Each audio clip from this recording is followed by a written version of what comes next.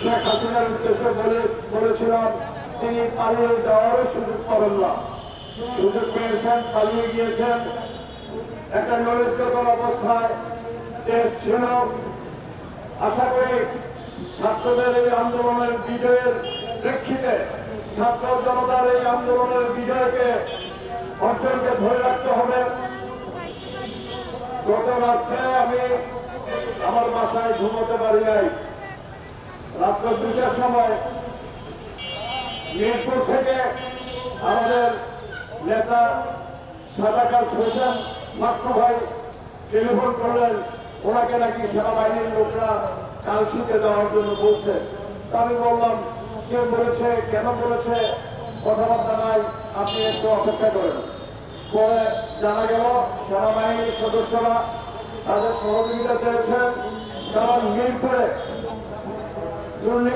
যারা সন্ত্রাসী নৈরাজ্যকারী তারা রাতের বেলায় ডাকাতি করার উদ্দেশ্যে বিভিন্ন জায়গায় হামলা করেছে। তাদের প্রতিহত করার জন্য জনগণকে সাথে নিয়ে সেনাবাহিনী মোকাবেলা করেছে, উত্তরাতে করেছে।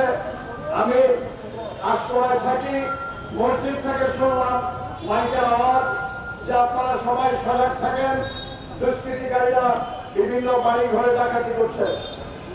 এজন্য ঘুমাতে পারি নাই। যাই হোক, আজকে নতুন সূর্যের উদয় হয়েছে, নতুন দিগন্তের উন্মোচন ঘটবে।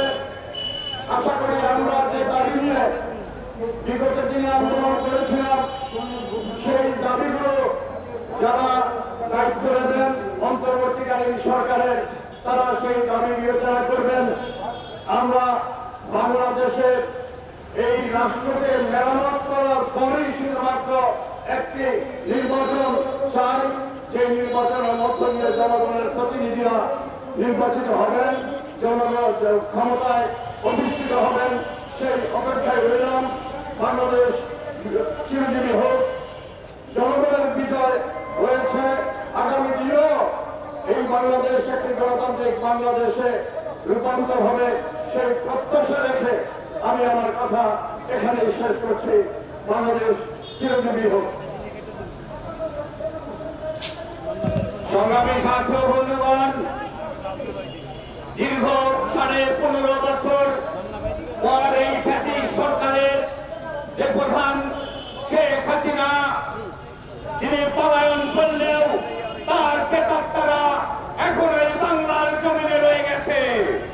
আজকে তারা এই শান্তিপূর্ণ অবস্থানকে বিশৃঙ্খলার মাধ্যমে এই বিপ্লবকে ধ্বংস করার পরিকল্পনা করছে।